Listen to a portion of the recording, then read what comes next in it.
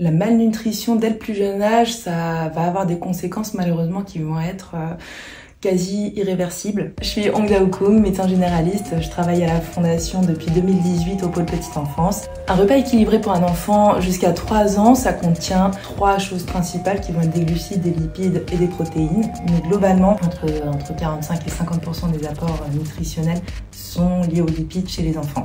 Ça contient donc ce qui est dans les laitages, dans le lait infantile, que ce soit le lait maternel ou les préparations infantiles, mais aussi dans les huiles végétales, dans le beurre qu'on peut rajouter dès la diversification alimentaire et dans les poissons aussi gras qu'on peut donner à partir de l'âge de 6 mois aux enfants.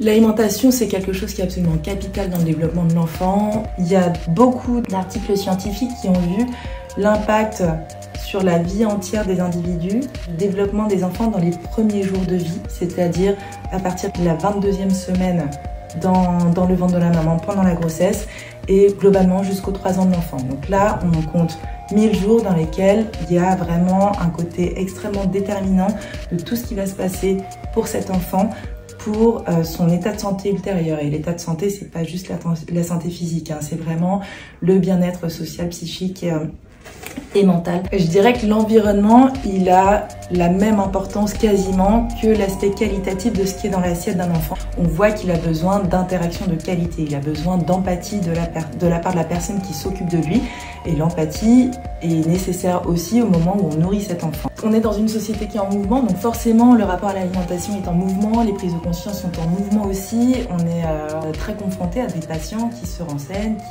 qui ont des convictions extrêmement fortes et qui ont besoin de cohérence dans l'alimentation de leurs enfants. Donc le but, c'est vraiment d'accompagner toutes les familles pour mettre en place ce qui est le plus optimal pour le développement de leurs enfants.